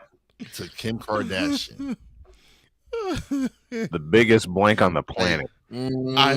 I saw that story. We know like the biggest blank on the planet. Listen, Kim's some dudes like there's bodies. Like I talk about how Lori Harvey for the streets, Kardashian is for the streets. She's like yes. She's she's in the streets. Oh no. She's dusted off an oldie but goodie. Oh, yes. So so you're saying right here, right now, although this is mentality, but you're saying right here, right now, Wise, that Kim Kardashian is for the streets. Bro. Kim Kardashian is big. For the streets. Come on, like, yo, we know you from the street. We know you for the streets when your mama's pimping you out, like just pimping just putting you out there, like. Ooh, look at my daughter and Ray J. Here, look, like. Oh my Lord. Oh my Lord. And you see, I know Wise doesn't really want to touch on this and talk about it, but I know I'm gonna get 2 or 3 good gems out of it. Some of you just heard. It's beautiful stuff. She for the streets though. She is like, come on. Like Reggie Bush. Like you can name a hit list like Reggie Bush. I mean, Chris Humphries. Look. Supposedly Chris Paul slid in that. Drake might have slid in that. Like there's names, dog. Got Pete put Davidson on just hit by that. Ray J. Yeah. Like I should tell you. Who now is pimping a set? Who now is pimping a line of headphones? Mm-hmm. Which I wouldn't touch with a 10-foot pole. Victor challenges that. He says, Kim Kardashian is not for the streets. Oh dear Lord. Let me find out you a fan. There's a second to this. Oh, there it is. There it is. Okay. There it is. There it is. It's for the back alleys.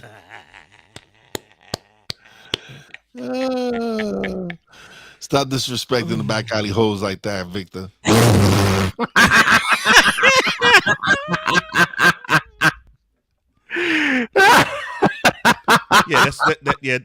That's right, Victor. Zion Williamson wouldn't appreciate that. Yeah. What? Too soon? Too soon. Not appropriate? Not too soon. Okay. Look, listen, my boy has a problem, man. I know. He has the Eric Benet disease. Like this dude just can't keep it in his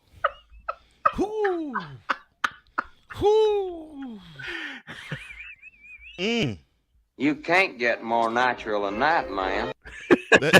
That fool is singing. Can I spend my life with you? To every hoe he sees. To everyone that he meets. And you the one. You the one. Dear Lord.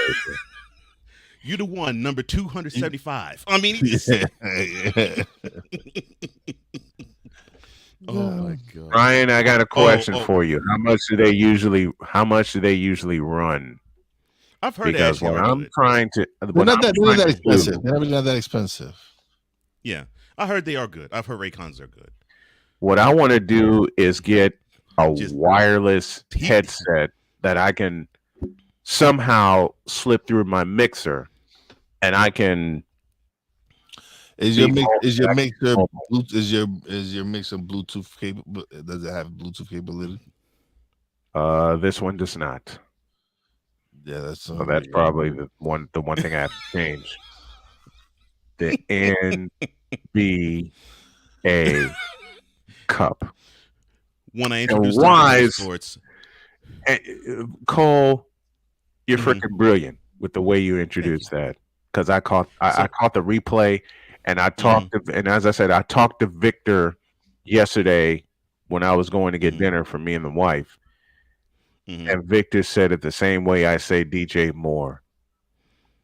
The same way that I say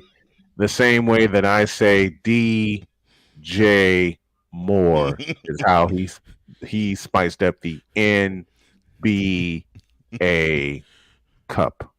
So when I introduced the topic, And I get to rail on this for a full 20 minutes this afternoon. I can't wait to do it. I see Victor in the comment. He says, "Wait, what?"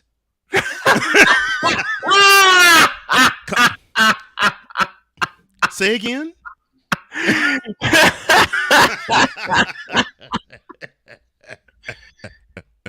That's about my reaction to this doggone thing. Oh gosh, that's ridiculous. The NBA Cup. Like that is supposed to be on par and akin to the Larry O'Brien Trophy, which they redesigned, by the way. Yeah, they did redesign it, but they pushed the plunger and redesigned the Larry O'Brien Trophy. Did you hear what I said about it? About the concept sucks, but if the Knicks win it, it won't suck. Yeah, basically akin to your take on LeBron James.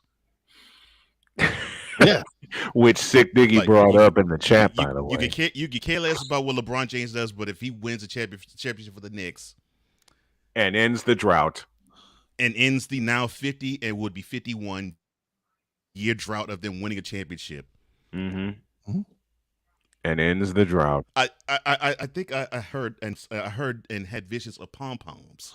Yes, pom pom, and he'd be the big. He said himself, "I'll be the biggest pom pom waving, biggest pom pom riding." Yeah. You would put all the Bron Saints to shame, huh? Oh, they have nothing. They would on me. They would have nothing. Nothing. Probably get them tattooed to my back or something. I don't know.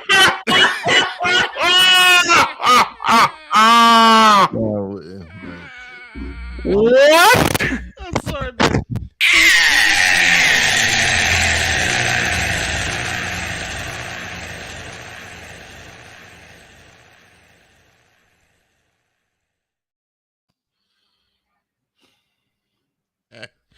I have now heard it all. Yes, I've done it all too.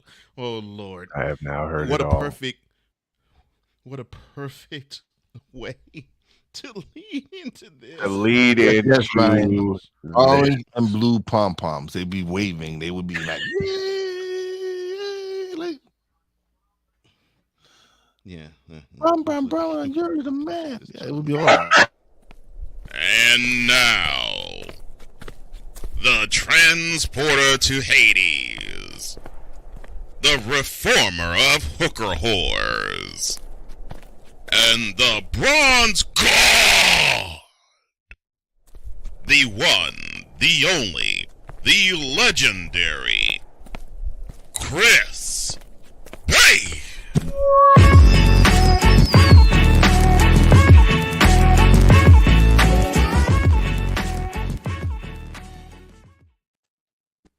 Here he is, the legend that is Chris Bass is back. Good morning, my friend.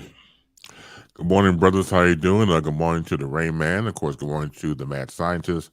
Good morning to Wise All. Good morning to all the boys and girls in the comment section. And good morning and good afternoon, whatever. Boom shakalaka to Hey, boom shakalaka to you, sir. Thank you, sir. My goodness. Boom shakalaka to you in return, my friend. Good to see you back. Good to be back. I was going to share this, but you know, the spirit moves, you got to go along with it. So The reason why I was absent, I was in the hospital, and I had to take care of myself. So I had tremendous fluid on my body to the point where I could not even walk, and I had to admit myself to the emergency room here in Chicago. It was the University of Chicago Hospital, and I was admitted into the hospital for 1 week. That was the last week of June going into July. And it was the best thing I ever did. And so what I mean by that is when your body is not feeling well or you're not feeling well, do not ignore it. Get your ass to the hospital as soon as you can because you never know what's going on inside you. Now, in my situation, I've experienced fluid before, but not like this. It was definitely different. It was like I said before, to the point of not walking. Well, never experienced that before. So to be proactive is to save your life. To be proactive is to hang on to your life. To be proactive is your life. So if your body is just, you're not feeling well or it's different or, and your body's at the beginning of time itself, don't ignore it. I mean, really. And I think the main thing is we're afraid of bad news. That's the thing about it. I think that's what keeps us away from doctors and specialists. But if we get a hold of the bad news, we can make it into good news because we just saved ourselves. And for those of you who are religious and believe in the Almighty, there's a reason why you went to the hospital in the first place. I'm not that smart. So God guided me to the ER, to the hospital, and to make connections to the doctor team that was assigned to me. And it was a wonderful experience. It really was. I get to a point in my life where it's extended through family. And so, as you know, right now I am a grandfather of 2 lovely children, Emery and Everly, a boy and a girl. And my family from my daughter Mattia and her husband Edward, that live out of Phoenix, Arizona. And so it's funny, anytime it connects to Phoenix, I think about them. I can see the Phoenix Suns, or I can see my man Michael Wilbon coming out of Phoenix. Anything Phoenix related, I think about my family. So I gotta be around for them. And not only for that, it's just your life takes on a whole new meaning when you're, I wouldn't say, I've been through this before, when you're at the door of the Grim Reaper, but if you can give the Grim Reaper the hearty Heisman Trophy stiff arm, you're doing a good job. Been there. Yeah. Been there. Yeah. And you gave him the stiff. You gave him the Heisman. You gave him the Heisman stiff arm, my man. We're so glad to see you.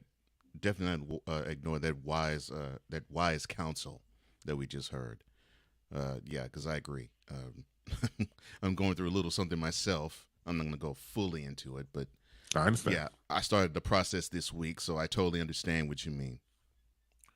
Well, it wasn't life-threatening, but it can be life-saving.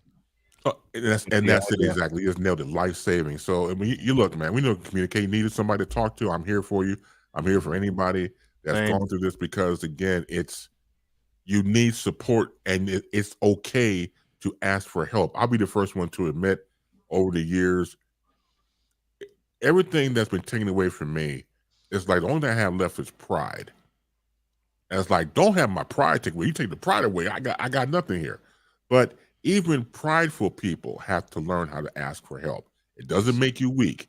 I think it makes you stronger. Agreed. Yeah. Agreed. Absolutely. So thank you listening for my diatribe, and I appreciate it. I'll collect money later because I'm broke, but you're our brother. We understand, and we also understand how the health system can just simply suck all the money out of people's pockets. So it's understandable. Hey, man, I'm broken and a broke penis dog, and that's broke. When a broke penis dog is broke, then there's nothing you can do about it. That's pretty broke. Yeah, he got 3 legs left, and that's about it. Poor Zion Williamson. Oh, I'm sorry. Oh, damn. I'm sorry. So, as we all know by now, Northwest has been hit twice. Yeah. Not only through the football situation of Pat Fitzgerald, now the baseball coach, Jim Foster. Both have been fired. And you go through all these things about positioning of concerns of bullying and hazing and things of that nature. Right. I think what is sad is the fact that one has nothing to do with the other. Now, if you're able to, for example, walk that fine line, and for example, even veterans on a football team, in college, here comes the new buck, here come the rookies, here comes the freshman team, and to be a part of the squad. There's a way of a rite of passage without the hazing, but unfortunately, the hazing becomes a part of the culture. We're not talking about this is separate from, of course, fraternities and sororities. We're talking about football or sports teams. In the situation with Pat Fitzgerald at Northwestern, look, as a coach in this situation, you know everything that goes on. You can placate like you didn't. You can sit back and say, I plead the fifth. No, you know everybody because everybody can't hold water. Somebody will come back and tell you what's going on. And even if this thing was sacred with the whole thing about hazing, there's always somebody, there's always a quote-unquote Judas that has no problem going to somebody and say, hey, look, did you see Junior, A, B, and C, D, E, and F, and also did some X-rated stuff too? Yeah, somebody go open their mouth. So I can't take Fitzgerald too seriously when he said, well, I didn't know anything about it. I believe he did. And help me out with this too, because once again, I know I'm stupid. How can young men in a closed room, darkly lit, dry humping each other have something to do with football? Now, is that a play that I've never seen before? Hut, 6'9", hut, or hut, 6'8", and I owe you one. Yellow 30, Nuggets ties that. Yeah, no. I'm not the expert, so once again, if these plays have been going on, I must have missed that one. I missed that one too. I miss those. I miss those plays also because I don't see how that placates football either. Here's how true you are, sir. So, I mean, I did play football, but I didn't play it in the college level. But I participated in something that has similar style of rites of passage, and that would be basic training in the Army. Okay. And there were things where, of course, drill sergeants would get on you for whatever. And then there's times that drill sergeants will just simply step back. They have full knowledge of it, but they'll step back and they'll let us police ourselves. So, there were times when, they wanted, that the unit that I was a part of wanted to do things that was akin to hazing, but somehow the drill sergeants would know and they'd break that up. They're like, no, you're not allowed to do that, and would go so far as to punish the person who started whatever hazing activity that was going to begin. So that my question to you, sir, is that we can do that. My question to you, sir, is how would they know? Would they just get a sense that it was going on? It's so crazy how it is. It is exactly what Bay said with the head coaches in any college program, let alone Pat Fitzgerald. The drill sergeants, for some reason, they would sense when something of that nature would go on, and if they don't get to it right then and there, they'll get to it. And they will make sure that we all could see that they have gotten to it and address that they have gotten to it. Yeah. So there would just it would just be an incredible but it would just be an incredible sense that they have. Because I know people that have been in the service, and they told me similar stories, Pops included. But that was my question. They would just have this incredible sense. It seems like they know what's going on.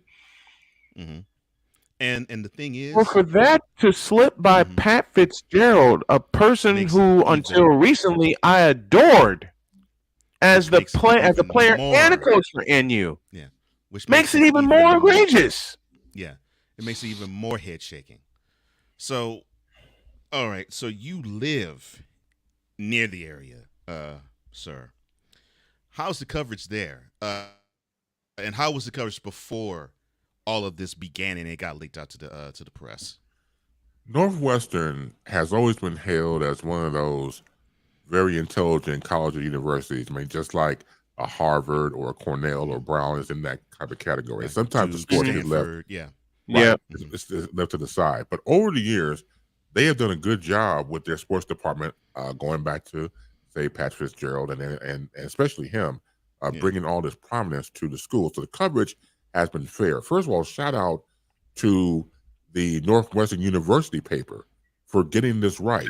The Daily Northwestern. Oh, because awesome. The Daily Northwestern. Exactly. Thank you. Because some papers do get blinded. Yep. By what's going on their world, on their campus. And sometimes it's hard to cover it right. So shout out to them for doing a magnanimous job, man. That goes a long way. So the coverage really has been fair. And the details are in the Daily Northwestern.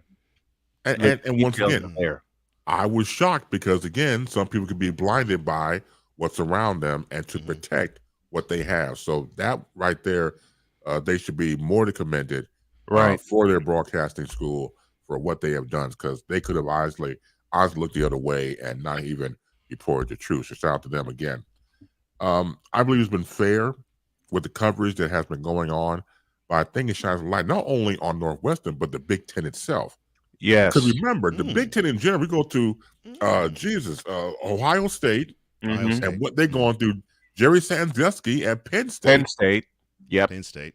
So if you're the commissioner of the Big Ten and you brought the other teams like Nebraska and others, everything else, to make it larger, you have a large cleanup on your hands. This has been going on for, the whole Big Ten itself had a black eye or black eyes probably the last 15, 20 years. Yeah. Wait, didn't something happen to Michigan State too along those lines? Larry Nassar.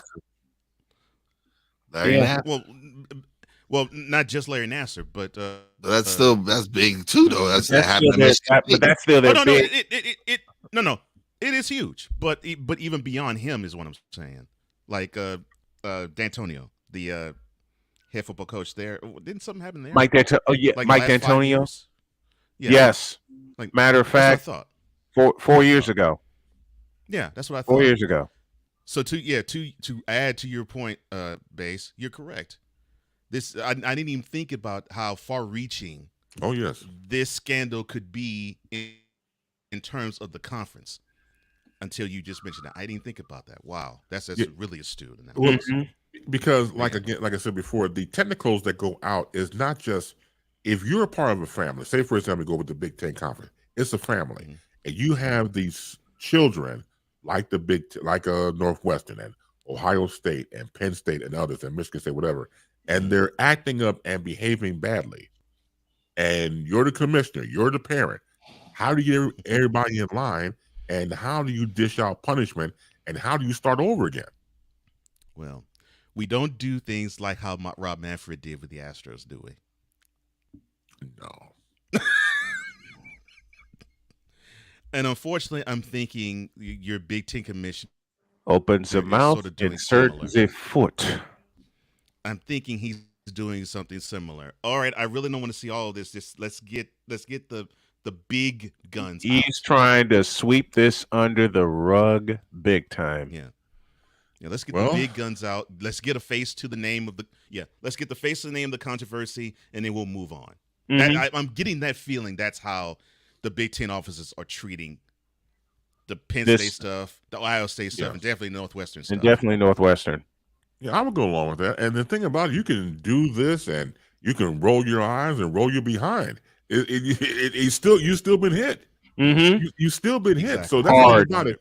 Regardless of PR, regardless of trying to cover up or blame her or him or the wino down the street, you can try all you want to. But the fact remains is that it's a big eye. It's a big black yes eye, not only on NU, but the whole conference of Big Ten. Man, the Beautiful analysis. Yes. I may have a chance to attend Big Ten Media Days at the end of the month, and boy, there are going to be some questions flying about that, and I'm expecting to get the approval to be at Lucas Oil Stadium to cover it all. And I'm not even going to ask the question. I'm just going to listen. I'm just going to sit back, record, and listen. Because it's going to be asked. Oh yeah. Oh yeah. I got all the stuff. I got all the stuff ready that I need to, because as I said, I'm expecting to get the call to go cover Big Ten Media Days, and man, there's going to be a crowd around the Northwestern table. And Northwestern is close to my heart because my Auntie Lane, God rest her soul, who's also my godmother, my Auntie Lane became a freshman at Northwestern at 16 years old. Wow. And not only that, she helped with other black students start the Northwestern Black Coalition. Oh, that's what I'm talking about. So yes, the historical content that I have through my aunt, if I ever could do it all over again, I probably would try to go to Northwestern. Because again, I didn't think I was smart enough, to be honest with you. I said, my dumb ass, I can't even get to the door, let alone, hey, you ain't smart, get your ass out of here. So they would be something like that, but that's in my head. But for me, the historical connection with that, and anything Northwestern, I perk up, I listen because, of course, through my aunt. And so, as a matter of fact, we have a show here in Chicago called Chicago Tonight. That's on PBS on Channel 11. And about a year or so ago, my other cousin reached out to me and said, man, check it out. Iron Lane's on. And they actually had a picture of her and the black students with the afros and the pick with powers, everything else, going to the administration office to talk about the rights of black students on Northwestern campus. So it's near and dear to my heart. So anything Northwestern really gets to me. So again, when we look at what's happening here with the conference, a lot of people have to ask. You have to own up to it. You can't run anymore. Nope. You can't cover it. Real quick about the whole Jerry Sandusky thing. Like most of us were covering it. What broke my heart when I got a hold of transcripts. There's a part of, first of all, Jerry Sandusky was no different than you hear about predators who buy, for example, ice cream trucks and go through neighborhoods for children.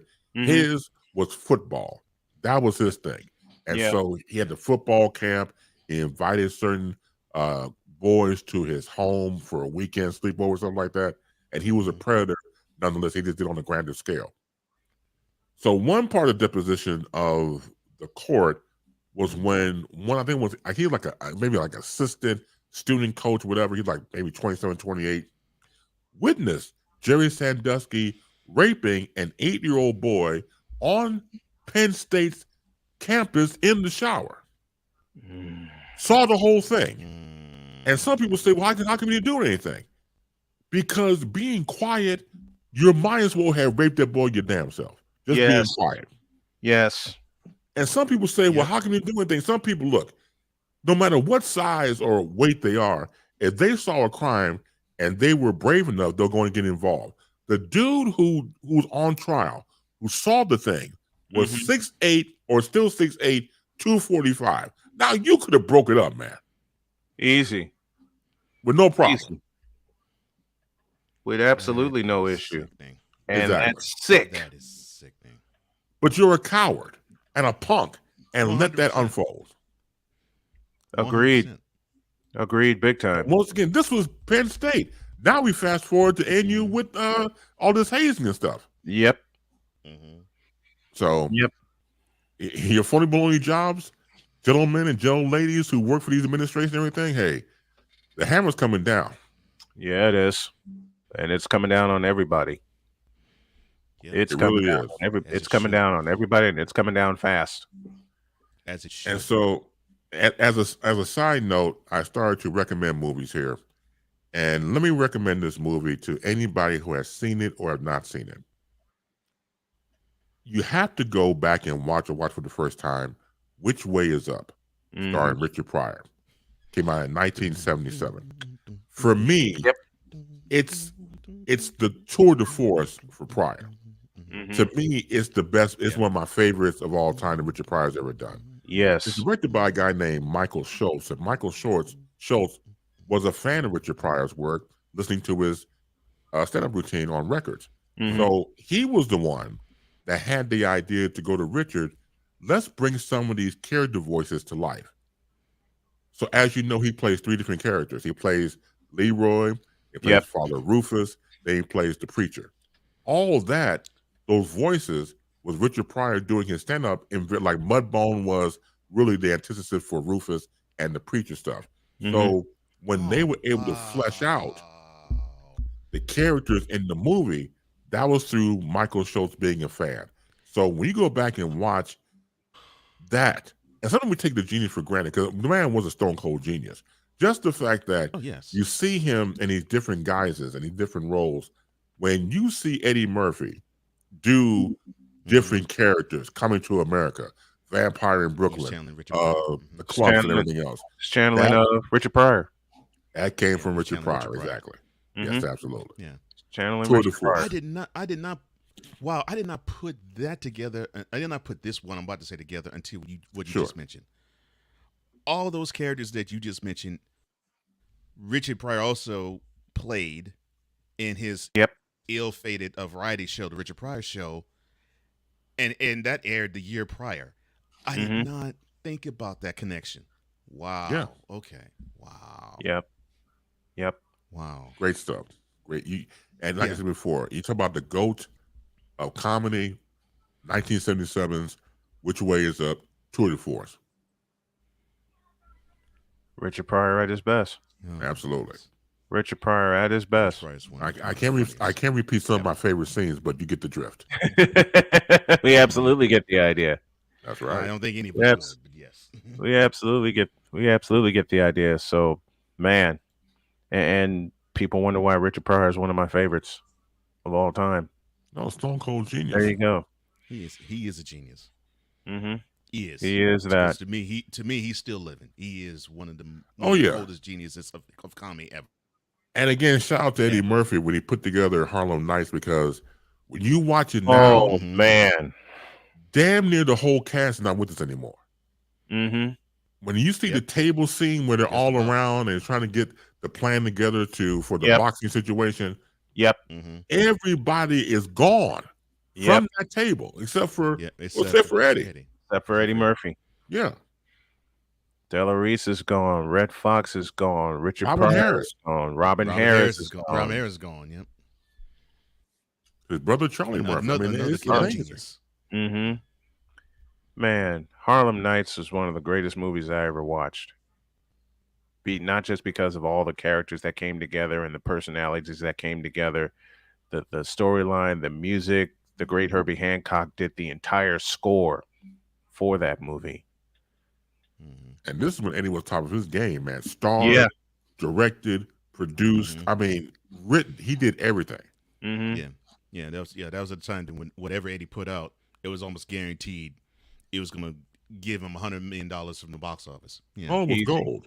Easy. From someone who went from high school to Saturday Night Live network television, still amazing me. 18 years old, man. Yeah. And didn't blink. And didn't blink.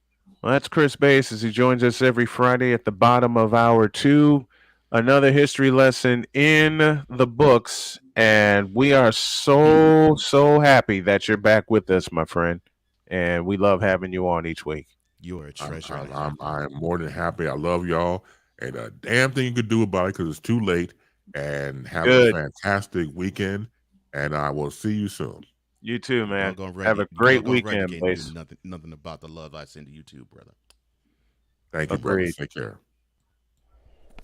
And now, the transporter to Hades, the reformer of hooker whores, and the bronze god, the one, the only, the legendary Chris Bay.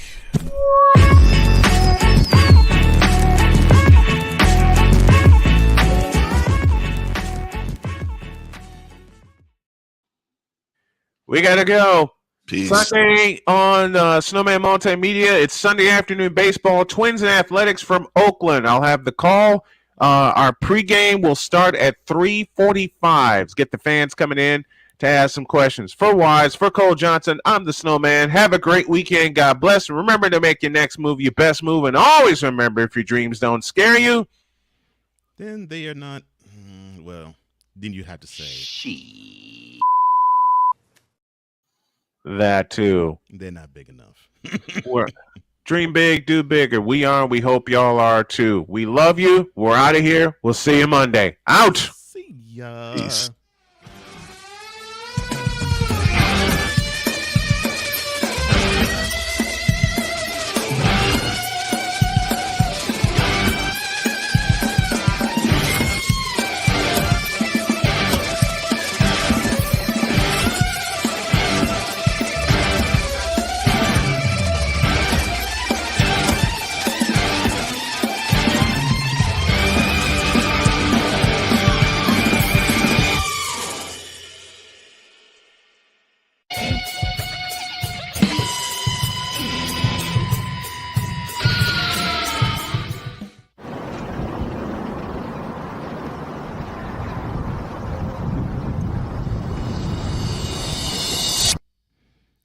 LeBron go win another championship.